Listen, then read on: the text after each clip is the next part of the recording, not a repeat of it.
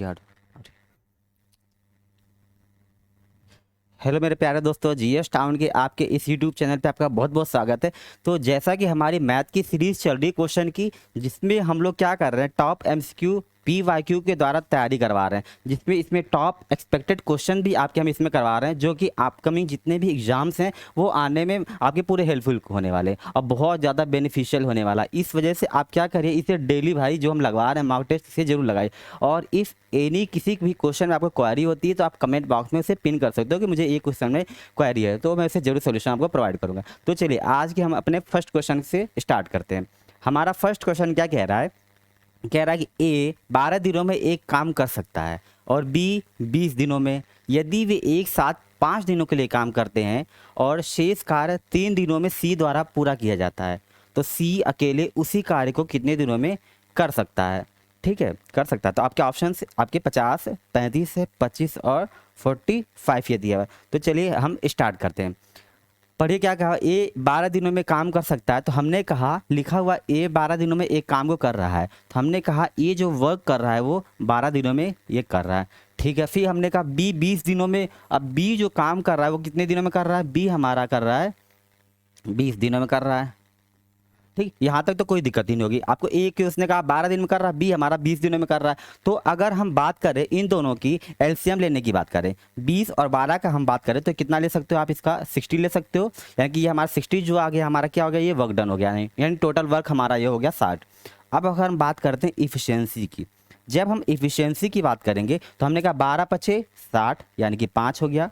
फिर वही हम बी की बात करते हैं तो 20 20 ત્યાં कितना हो गया 60, यानी कि ए की इफिशियंसी हमारे पास 5 आ चुकी है, बी की इफिशियंसी हमारे पास 3 आ चुकी है। अब उसने कहा है यदि वे एक साथ 5 दिनों के लिए काम करते हैं। देखिए अब उसने कहा है ना, दोनों एक साथ 5 दिनों के लिए काम कर रहे हैं, कौन, ए और बी। तो हमने कहा ए और बी अगर 5 दिनों तक एक साथ काम कर रहे हैं तो इफिशियंसी इनकी कितनी हो जाएगी, 5 और 3 कितनी हो जाएगी 8, यानी कि 8 की इफिशियंसी से वो 5 दिन लगातार काम कर रहे हैं, यानी कि कितना हो जाएगा 8 पचे 40 हमारा काम हो गया। अब देखिए पहले हमारे पास टोटल कितना वक्त था 60, अब कितना आ चुका है 40। अगर हम 60 में से 40 को माइनस कर देंगे तो हमारे पास बचेगा कितना 20, ये 20 आ गया। अब उसने कहा है कि और शेष कार्य 3 दिनों में सी द्वारा पूरा किया जाता है। अगर हम रिमेनिंग वर्क की बात कर रहे हैं, किसकी बात कर रहे हैं, रिमेनिंग वर्क की बात कर रहे हैं, तो रिमेनिंग वर्क हमारा क्या हो जाएगा, रिमेनिंग वर्क हमारे पास 20 ही तो बचा। ठीक है, ये रिमेनिंग वर्क हमारा 20 बचा और बी और किसके द्वारा किया जा रहा है, 3 दिनों में सी के द्वारा ही तो किया जा रहा है, तो यानी कि 20/3 हो गया। ये रिमेनिंग वर्क किसका हो गया, सी का हो गया। अब उसने पूछा हुआ है तो सी अकेले उसी कार्य को कितने दिनों में पूरा कर सकता है। अब देखिए टोटल हम उसकी वर्क की बात करें तो टोटल हमारे पास वर्क कितना था 60 था। ठीक है, अगर सी की इफिशियंसी की बात करें, ये हमारा क्या है, ये एक हमारी इफिशियंसी ही तो है, जो रिमेनिंग हम वर्क इसे बोल रहे थे, ये हमारी क्या आ चुकी है, ये एक इफिशियंसी हमारी आ चुकी है इसकी।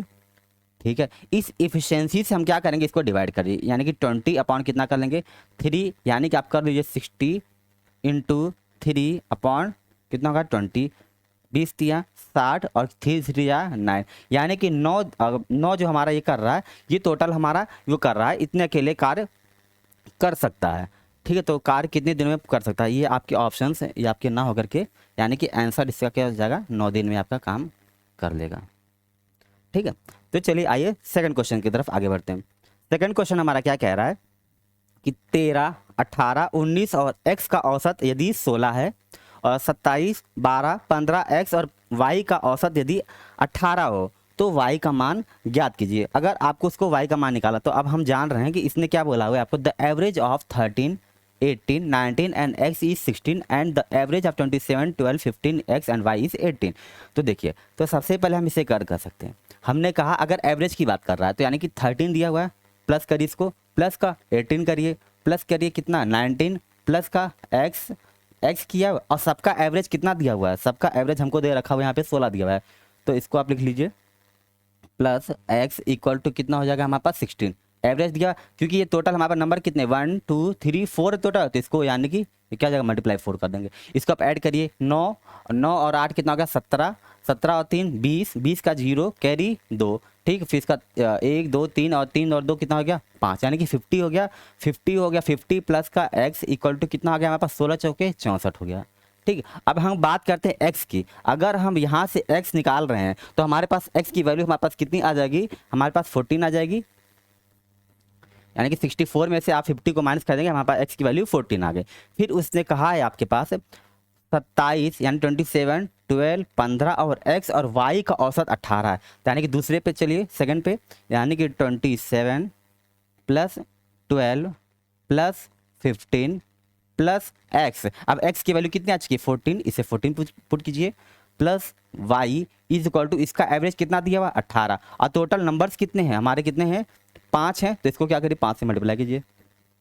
अब इसे जोड़ लीजिए, 5 और 4 9, 9 और 7 16, 16 और 2 18, 18 के 8 कैरी 1 2 3 और 1 4 5 1 6, यानी कि 68 हो गया। 68 प्लस का y इक्वल टू 18 पचे कितना हो गया 90। कितना हो गया हमारे पास, ये 90 आ चुका। अब इसको माइनस कर लेंगे, यानी कि y की वैल्यू हमारे पास कितनी आ जाएगी, 90 में से 68 को माइनस करने कितना हो जाएगा हमारे पास 10 8 2 8 6 2, यानी कि 22 आ जाएगी।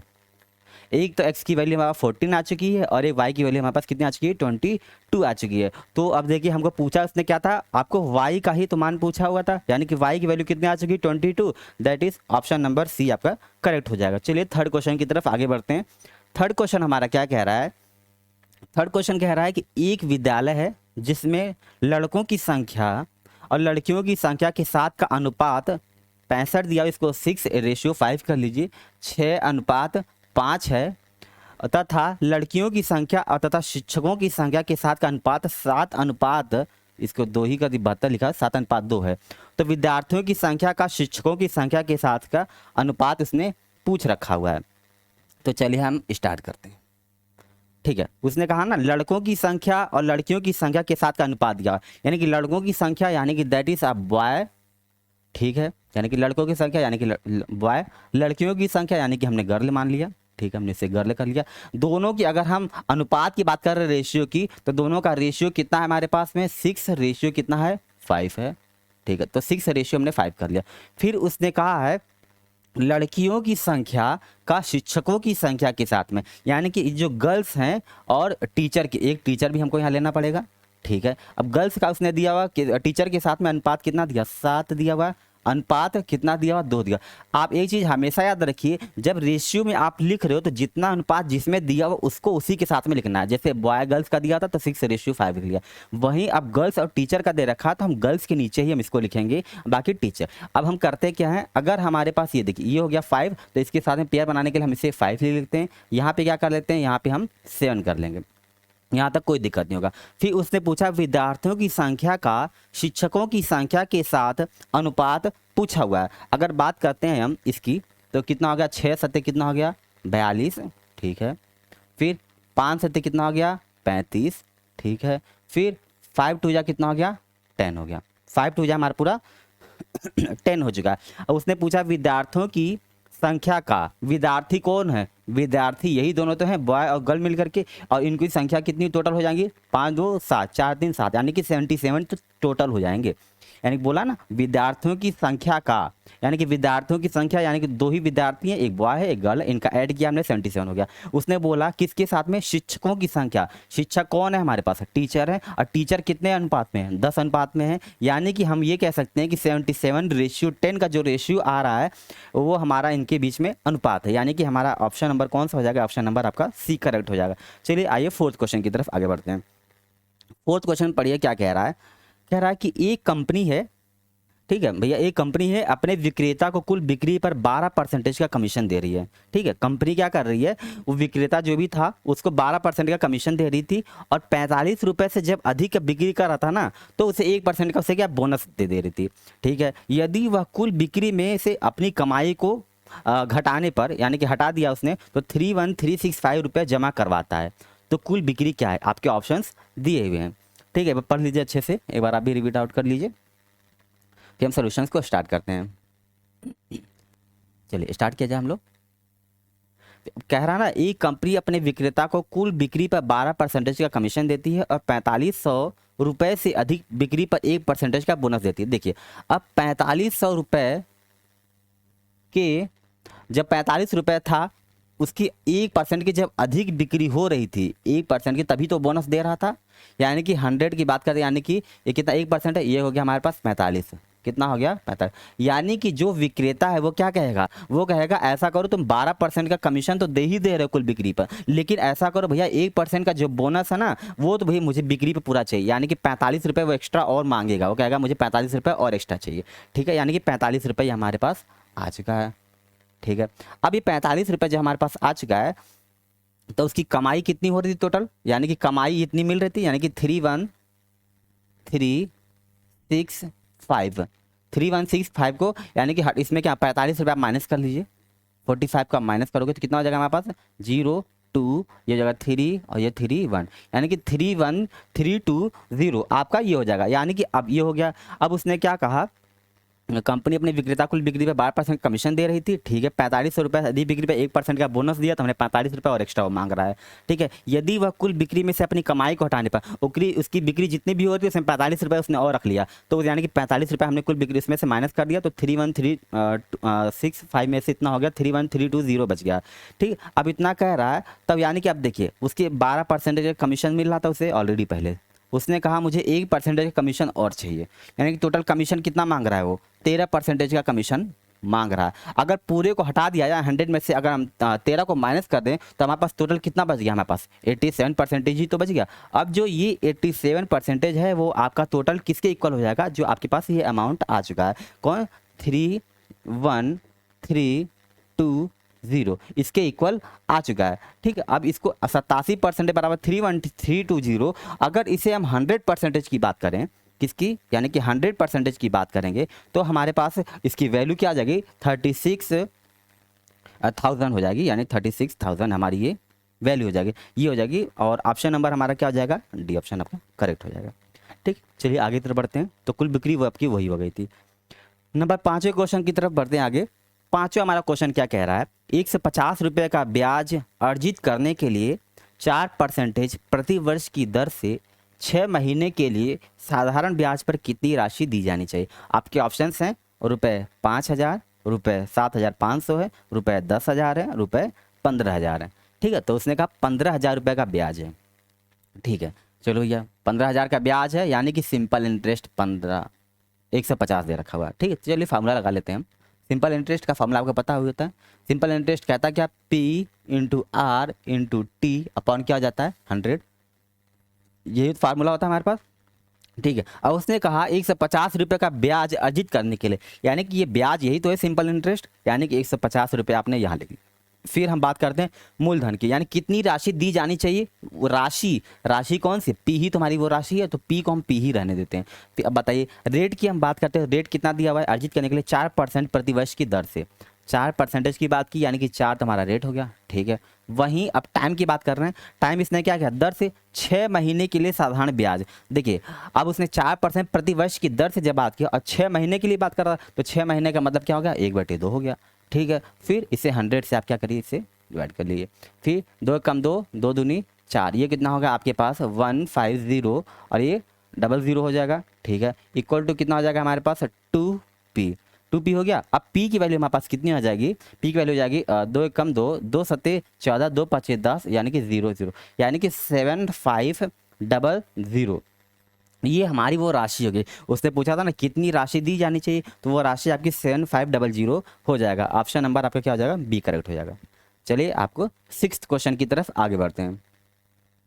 6वां क्वेश्चन हमारा क्या कह रहा है, एक टेलीफोन केंद्र पर 3 फोन है जो कि 20 सेकंड में, ठीक है, फिर 24 सेकंड में, ठीक, और 30 सेकंड के अंतराल में बजते हैं। यदि वे एक साथ पूर्वाह्न 11:25 पे बजते हैं तो वे अगली बार एक साथ कब बजेंगे। देखिए एक चीज़ आप याद रखिए, जैसे घंटियाँ बज रही हैं या फिर 3 फोन इतने सेकंड के अंतराल में बज रहे हैं, तो आप हमेशा क्या कॉन्सेप्ट यूज करने वाले हो, आप LCM मेथड का यूज करने वाले हो। ठीक है, तो आप क्या कर लिए, सबसे पहले जो केंद्र पर 3 फोन उसने दे रखा हुआ, यानी कि 20 दिया हुआ, और क्या दिया हुआ है आपके पास 24 दिया हुआ है, 24 दिया हुआ, और क्या दिया आपका 30 सेकंड दिया हुआ। इन सब तीनों का क्या करिए आप एलसीएम निकालिए। सबसे पहले आप एलसीएम निकालोगे, चलिए हम एलसीएम ही याद निकाल लेते हैं। ठीक है, चलिए आ जाइए, कितना हो गया 10, ये कितना हो गया 12, ये कितना हो गया 1, 15 हो गया। ठीक, फिर हम बात करते हैं, ये 10 है तो ये कितना होगा 2, ये 5 हो जाएगा, ये 6 हो जाएगा, ये कितना हो जाएगा 15 हो जाएगा। ठीक है, फिर वहीं फिर से हम बात करते हैं, बेसिक से कर रहे हैं एकदम ध्यान रखिएगा। 3 हो गया और ये 15 हो गया। ठीक, फिर कितना आ जाएगा, ये 3 करिए 1 5 और ये कितना आ जाएगा 5 हो गया। ठीक, ये हो गया। अब हमने एलसीएम निकाल लिया, अब इसको करिए सॉल्व करिए इसे, यानी कि देखिए 2 दूनी 4, 4 दूनी 8, 8 तिरिक 24 और 24 बचे कितना हो जाएगा आपका 120, कितना होगा 120। अब जो 120 आ गया वो क्या है, वो सेकंड में ही तो आया है आपका। ठीक है, ये सेकंड है। अगर हमने बात की 120 सेकंड आ चुका है तो आप इसे क्या कर सकते हो, 60 मिनट प्लस 60 मिनट कर सकते हो ना, आराम से हो सकता है। 120 सेकंड का मतलब क्या हो गया, 2 मिनट की तो बात हमने करी है, यानी कि 2 मिनट है। अब उसने क्या कहा था, वो अगली कब बजेंगी घंटियाँ कब। ठीक है, तो 11:25 पे पहली बात तो पहले बज रही थी, 11:25 पे पहले बज रही थी, वही पूर्वाहन बजी रही थी। तो 2 मिनट और आ गया, तो यानी कितना हो गया हमारे पास 11 बज के कितना हो गया 27 मिनट बज गया। और 27 हमारा क्या है, वो 11:27 AM, यानी कि 11:27 पे वो घंटियाँ बजेंगी। ये हमारा आंसर हो गया। ठीक है, चलिए आगे क्वेश्चन की तरफ बढ़ते हैं। 7वां क्वेश्चन क्या कह रहा है, 7वां क्वेश्चन कह रहा है कि सेब की कीमत में 20% की कमी से एक आदमी 4,000 रुपये में 16 किलोग्राम अधिक सेब खरीदता है। ठीक है, तो सेब की नई कीमत प्रति किलोग्राम क्या है। ठीक है, और 50 किलोग्राम प्रति किलोग्राम क्या है, आप ये प्रति किलोग्राम लगा लीजिए, प्रति, ठीक, प्रति किलोग्राम ये प्रति किलोग्राम। ठीक है, आइए क्वेश्चन को स्टार्ट करते हैं। क्वेश्चन कह रहा है कि ना कि सेब की कीमत में 20% की कमी की। अगर मैं बात करूं आपसे 20%, अब तो मैंने इतने क्वेश्चन में करा दिया है कि 20%, मैं डायरेक्ट आपसे पूछूं कि आप फ्रैक्शन में बताइए तो 20% आप क्या बताओगे, 20% का मतलब बताओगे यानी कि 1/5, जाहिर सी बात आप बता दोगे। ठीक है, 20% उसने कमी कर लिया। हमने कहा सेब की कीमत में अगर वो 20% की कमी कर रहा था, यानी कि 5 से वो 1 की कमी करेगा तो कितना कमी कर लेगा, 4 हो जाएगा। ठीक है, जब उसने 4 की कमी करी तो हम ये जानते हैं कि प्राइस का रेशियो क्या होगा, यानी कि 5 से 4 कम हो गया। और जब भी प्राइस का रेशियो कम हो जाता है तो हम ये जानते हैं कि जस्ट कंजम्पशन का रेशियो क्या हो जाता है, तुरंत उल्टा हो जाता है, यानी कि 4 से हमारा क्या हो जाएगा, तुरंत 5 हो जाएगा। यहाँ तक कोई दिक्कत नहीं होगा। ठीक है, अब कंजम्पशन का उसने क्या कहा हुआ है, एक आदमी 4,000 रुपये में 16 किलोग्राम अधिक सेब खरीद के लेके आ रहा है, यानी कि अगर कंजम्पशन उल्टा हुआ 4 से 5 हो गया, यानी कि दैट मीन्स अगर एक बराबर कितना अधिक हुआ, 16 किलोग्राम ही तो अधिक हुआ है, इसके आप इक्वल कर लीजिए। ठीक, अब 16 किलोग्राम इक्वल इसका अधिक हो गया, यानी कि कहने का मतलब क्या हुआ, तो एक हम जो बचेगा ये कितना 16 चौके 64 का पड़ेगा। दूसरा हमारे पास कितना बचेगा, 16 बचे कितना होगा 80 का हो जाएगा। ठीक, कितना हो गया 16 और ये 80 का हो गया। ठीक, 80 किलो। अब उसने क्या पूछा हुआ है आपको, तो सेब की नई कीमत प्रति किलोग्राम क्या होगी। अब सेब की अगर आपको नई कीमत निकालनी है, क्या निकालनी है आपको, सेब की आपको नई कीमत निकालनी है, तो आप क्या करोगे, इसको कर लीजिए आप, इसे 4,000 आपका दिया हुआ है, 4,000 इसे कर लीजिए। ठीक, ये देखिए 4,000 आपका दिया हुआ ना, इसे लिख लीजिए, यानी कि टोटल जो आपके पास 4,000 रुपये ये दिया हुआ। ठीक है, अब 4,000 दिया, इसको क्या करिए, किसके रिस्पेक्ट में आप, या इसने बोला ना कि सेब की नई कीमत, तो नई प्रारंभिक ये हो जाएगी और हमारी नई यही हो जाएगी, नई हमारी कीमत यानी कि 80 कर लोगे आप। इसे जब हम क्या करेंगे, इसे हम सॉल्व कर लेते हैं, यानी कि 0 हो गया, 8 कम 8, 8 बचे 40 हो गया, 0 हो गया, यानी कि ये हो जाएगा 50, उसके बाद हो जाएगा प्रति किलोग्राम हो जाएगा, प्रति किलोग्राम। ठीक है, यानी कि ऑप्शन नंबर आपका क्या हो जाएगा, ए ऑप्शन आपका करेक्ट हो जाएगा। ठीक है, चलिए आगे तो बढ़ते हैं 8वें क्वेश्चन की तरफ। 8वां क्वेश्चन हमारा क्या कह रहा है, इसको एक बार पढ़िए। 8वां क्वेश्चन कह रहा है कि किसी संख्या में 60% की कटौती करने के उपरांत, यानी कि कोई संख्या थी इसमें 60% की हमने कटौती कर दी है, ठीक है, करने के उपरांत था बची हुई संख्या में से फिर से 15% की कटौती करने पर 1428 शेष बचता है, तो प्रारंभिक संख्या हमारी क्या थी। अब देखिए अगर हम 60% की बात करते हैं तो 60% हमारा क्या होता है 3/5, कोई दिक्कत नहीं होना चाहिए आपको। ठीक है, फिर उसके बाद बची हुई संख्या में से फिर 15% की कटौती करने पर, ठीक है, अगर 15% की बात करते हैं क्या होता है, 15% क्या होता है हमारा 3/20 होता है। ठीक है, निकालने में कोई प्रॉब्लम नहीं होगा, 15/100 कर लीजिएगा, 3/20 आ जाएगा। कटौती करने पर 1428 बचता है और शेष बचा। ठीक है, चलिए करते हैं हम, यानी कि संख्या थी 60%, उसमें उसने कटौती कर दी, यानी कि 5 उसके पास थी, अगर उसने से 3 हटा दिया तो कटौती करने पर कितना बच गया, 5 से 2 बच गया। ठीक है। फिर उसके बाद उपरांत बची हुई जो संख्या हुई फिर से उसने 15% की कटौती कर दी, यानी कि 20 में अगर 3 हमने कम कर दिया कितना बच गया हमारे पास, 17 ही तो बच गया। ठीक है, यहाँ तक कोई दिक्कत नहीं है। फिर अगर हम इसे सॉल्व करना चाहें, इसे कर लीजिए 20 बचे 100 कर लीजिए, 20 बचे मार कितना हो जाएगा 100 हो जाएगा। ठीक है, फिर 17 दूनी कितना हो जाएगा 34 हो जाएगा, 17 दूनी हमारा हो जाएगा 34। ठीक है, यहाँ तक कोई दिक्कत नहीं होगा आपको। फिर उसने कहा जब इतनी कटौती कर ली उसने तो क्या कितना बच रहा है कटौती करने पर 1428 शेष बच रहा है। और 1428 जो शेष बचेगा किसके इक्वल करोगे आप, 34 को इसके इक्वल कर लीजिए, यानी कि 1428 के इक्वल कर लीजिए, यानी कि 34 बराबर 1428 ये हमारे पास हो चुका है। ठीक, इसको सॉल्व कर लीजिए, यानी कि 2 एक कम 2, उसका 2 सत्ते 14, 2 सत्ते 14, 2 एक कम 2, 2 चौके 8 हो गया। यहाँ तक कोई दिक्कत ही नहीं हुआ होगा आपके पास। ठीक है, फिर इसके बाद 17 के ऊपर ये 17 कम 17, फिर 17 दूनी 34, 17 चौके 68, 3, फिर 17 34, 17 दूनी 34, यानी कि कितना हो गया हमारे पास 42, यानी कि ये 100 से ये 42 हो चुका है। तो उसने क्या बोला है आपको प्रारंभिक संख्या निकालना है, तो प्रारंभिक संख्या हमारे पास कितनी आ जाएगी 42 हो जाएगी। इसको करिए जरा, तो प्रारंभिक संख्या हमारे पास कितनी आ चुकी है, हमारे 42 आ चुकी है, ये 42 आ चुकी है। 42 की प्रारंभिक संख्या हमारी यही तो थी, इसको 100 से मल्टीप्लाई कर लीजिए, कितना हो गया हमारे पास 42। ठीक, 4200, यानी कि ऑप्शन नंबर आपका ये हो जाएगा, यानी कि 1 बराबर 42 आ गया। ठीक है, कितना आ गया हमारा, इसको हम लिख देते हैं डायरेक्ट यहाँ पे, 1 बराबर हमारे पास कितना आ चुका है, ये 34 था, 34 था। अगर 34 रेशियो इक्वल टू हो गया 14:28। ठीक है, तो 1 रेशियो बराबर हो गया 42 हो गया था यहाँ पे। ठीक, अब ये 42 हो गया, 1 रेशियो बराबर 42 हो गया, तो इसको 100 से मल्टीप्लाई किया, प्रारंभिक पूछा था तो 42 हो गया। ठीक, आइए 9th क्वेश्चन की तरफ आगे बढ़ते हैं। 9th क्वेश्चन हमारा क्या कह रहा है, एक आयताकार क्षेत्र की प्रत्येक भुजा 40% कम हो जाती है। ठीक है, फिर इसके बाद क्षेत्र का क्षेत्रफल कितना प्रतिशत कम हो गया है। ठीक है, 64, 32, 16 और आपका 25 दिया हुआ। अगर हम 40% की बात करते हैं तो 40% हमारा होता कितना है, 2 बटे आपका कितना होता है 5 हो जाता है। तो कितना हो गया 2/5। अब उसने कहा एक आयताकार क्षेत्र की प्रत्येक भुजा 2/5 आपका कम हो जाती है, यानी कि अगर 5 आपके पास था तो 2 उसने कम कर दिया, हमारे पास कितना बच गया, कम करिए 2, कितना हो गया 3 हो गया। ठीक, 3 कम हो गया। अब देखिए उसने कहा क्षेत्रफल होता क्या है हमारा, क्षेत्रफल यानी कि इसको कर सकते हैं 5 से 5 से 3 कर सकते हैं, कोई दिक्कत नहीं। ठीक है, उसकी बात हमने जब इतनी कर ली तो 5 5 कितना हो जाएगा 25 और 3 त्रिका कितना हो जाएगा 9। ठीक है, फिर उसने क्षेत्रफल की कितने प्रतिशत कम हो गया, यानी कि 25 से 9 हो गया, यानी कि डिक्रीज हो रहा है, यानी कि 25 से 9 हो गया कितना होगा 16, किसके रिस्पेक्ट में 25 के ही रिस्पेक्ट में, यानी कि हमेशा इसके रिस्पेक्ट में बात होगी, इंटू 100 कर लीजिए।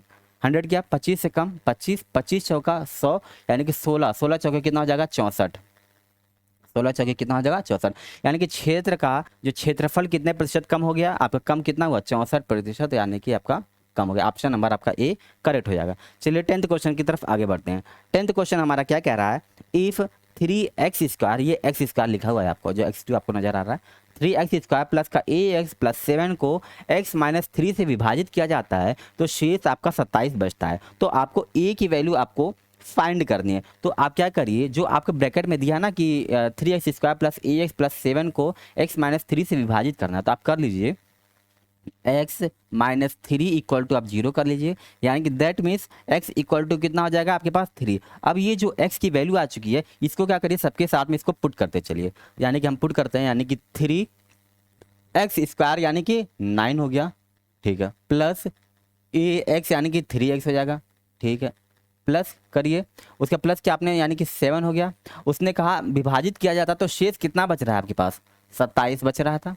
ठीक है, यानी कि 9 3 कितना हो जाएगा 27, ये 27 किसके साथ इसके साथ कैंसिल आउट हो जाएगा, यानी कि आपके पास बचेगा 3x इक्वल टू कितना बचेगा माइनस का 7 बचेगा। That means x equal to कितना हो जाएगा आपके पास माइनस का 7/2, यानी कि x इक्वल टू आपके पास बचेगा माइनस का 7/3, सॉरी माफ कीजिएगा, x इक्वल टू माइनस का 7/3 हो जाएगा, यानी कि ऑप्शन नंबर आपका ए करेक्ट हो जाएगा। ठीक है, चलिए आइए 11th क्वेश्चन की तरफ आगे बढ़ रहे हैं।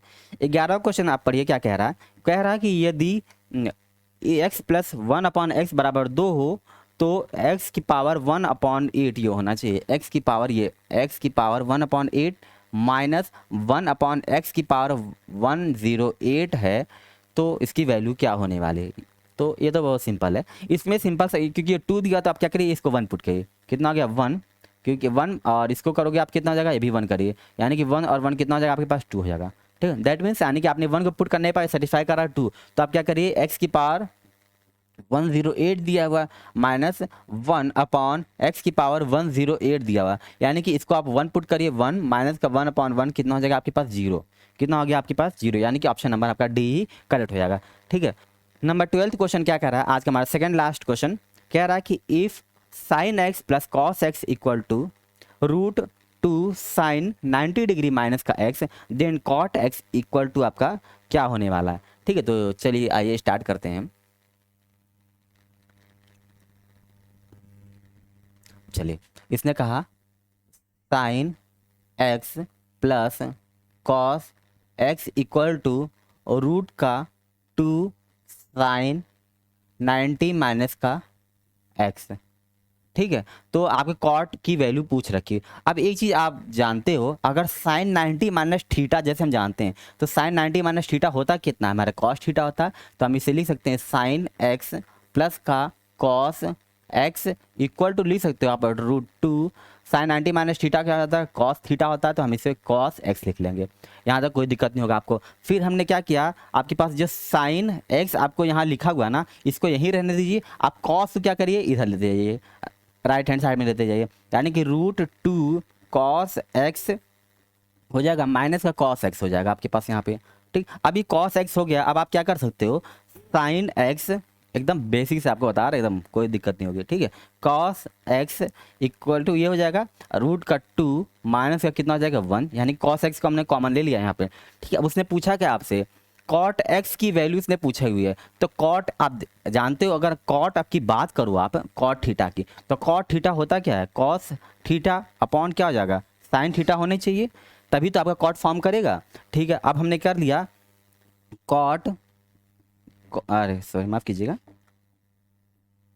ये हो जाएगा आपके पास cos x upon sin x, x equal to कितना हो जाएगा 1 अपॉन रूट का 2 माइनस का 1 हो जाएगा। अब कॉस और साइन कितना होता है हमारे पास, कॉट हो जाता है, कितना हो गया हमारे पास कॉट एक्स इक्वल टू कितना हो जाएगा 1 अपॉन रूट 2 माइनस का कितना हो गया 1। अब हमारे पास कॉट एक्स की वैल्यू हमारे पास आ चुकी है रूट 2 माइनस का 1। जब रूट 2 माइनस 1 हो गया, इसको क्या करें रूट 2 प्लस 1 से कर लीजिए, रूट 2 प्लस 1 कर लीजिए, इसको रूट 2 प्लस का 1 कर लीजिए। जब इसको आप करोगे तो क्या हो जाएगा रूट 2 प्लस का 1, और ये क्या हो जाएगा 2 का, ये हो जाएगा 2 माइनस का कितना हो जाएगा 1, यानी कि रूट 2 प्लस का 1, यानी कि रूट 2 प्लस 1 आपका आंसर हो जाएगा। आपका ऑप्शन यहाँ पे लगा दीजिएगा, यानी कि रूट 2 प्लस का 1, ये आपका आंसर हो जाएगा। ठीक है, आज के लास्ट क्वेश्चन की तरफ हम आगे बढ़ते हैं। लास्ट क्वेश्चन हमारा 13 है, वो कह रहा है यदि एक ऊर्ध्वाधर शंकु की आधार की त्रिज्या आपको दे रखी है और ऊंचाई दे रखी है, और दोनों का रेशियो आपको दे रखा है 5:12। ठीक है, और शंकु का जो आयतन है वो 314 घन सेंटीमीटर है, तो शंकु की तिर्यक ऊंचाई सेंटीमीटर में क्या होगी। देखिए, अगर शंकु की हम तिर्यक ऊंचाई की बात करते हैं, अब शंकु की तिर्यक ऊंचाई की बात करें यानी कि एल की बात करते हो, तो एल होता क्या हमारे आर का स्क्वायर प्लस का एच का स्क्वायर ही तो होता है। ठीक है, आर स्क्वायर प्लस का एच स्क्वायर, इससे कर लीजिए आप, फिर से कर देते हैं, इक्वल्स टू आर का स्क्वायर प्लस का क्या हो जाएगा एच का स्क्वायर। ठीक, आर स्क्वायर प्लस का एच स्क्वायर। अब उसने कहा 5 और रेशियो उसने 12 इसने इसका अनुपात में दे रखा हुआ था। ठीक है, तो एल इक्वल टू आप क्या कर लोगे, रेडियस हमारे पास कितना 5 का, यानी 5 बचे कितना हो जाएगा 25, प्लस हम एच की अगर बात करते हैं, ठीक है ऊंचाई की, तो 12 का स्क्वायर कितना होगा 144 हो गया, यानी कि अब जो एल हमारी तिर्यक ऊंचाई है ये 25 और प्लस 144 करेंगे तो कितना आ गया 169, और 169 अगर रूट की बात करें तो किसका होता है 13 का होता है। ये आप डायरेक्टली इसे सॉल्व करके इसे निकाल सकते हो। एक चीज़ आप अगर जान लो कि अगर जो ऊर्ध्वाधर शंकु के आधार की त्रिज्या और ऊंचाई का अनुपात दिया, इसी से हमने सॉल्व कर दिया। इसने शंकु का आयतन दिया हुआ, आप इससे भी इसको क्या निकाल सकते हो, तो सिर्फ आयतन से आपका निकल जाएगा, यानी कि 1/3 पाई आर स्क्वायर इसको सॉल्व कर सकते हो। लेकिन हमको यहाँ पे त्रिज्या और ऊंचाई दे रखी, तो हमने इसे क्या कर लिया डायरेक्ट ही यहाँ से निकाल लिया। यहाँ से आपकी एक्स की वैल्यू निकलेगी, यहाँ पे जब आप निकालोगे तो इससे निकलेगी आपके 1/3 पाई आर स्क्वायर एच निकालोगे। ठीक है, और उसके बाद 1/3 जब कर लोगे आप तो 22/7 कर लीजिए आप। ठीक है, उसके बाद आर स्क्वायर कितना हमारे पास है यानी कि 5 और x, क्योंकि ये 5x हो जाएगा और ये कितना हो जाएगा 12x हो जाएगा। ठीक है, तो कितना 5 × 5 = 25 का x स्क्वायर हो जाएगा। ठीक है, इंटू h की वैल्यू हमारे पास कितनी है 12, यानी कि 12x हो जाएगा। 12x हो गया और इक्वल टू किसके हो जाएगा 314 के हो जाएगा। यानी कि यहाँ से जो x की वैल्यू निकलेगी ना, आपको x³ की वैल्यू जो निकलेगी वो 1 ही आएगी आपके पास, ये तो x = 1 हो जाएगा। तो यही वैल्यू हम क्या कर रहे हैं ना, हमने यहाँ पे पुट कर दिया है आपको, यानी कि क्योंकि ये रेशियो में दिया हुआ था, यानी कि आपने 5 ये दे रखा है, यानी कि x का स्क्वायर कर लिया था, प्लस का कर लिया था आपने किसका 12x का स्क्वायर। इस तरह से क्या हो गया था, सीधे आपका निकल गया था इससे l की वैल्यू। ठीक है, तो चलिए आज की हमारी क्वेश्चन की श्रृंखला यहीं पे समाप्त होती है। ठीक है, तो आप इसे डेली लगाते रहिए और हमारे इस यूट्यूब चैनल को आप लाइक, सब्सक्राइब और दोस्तों शेयर जरूर कीजिए। धन्यवाद।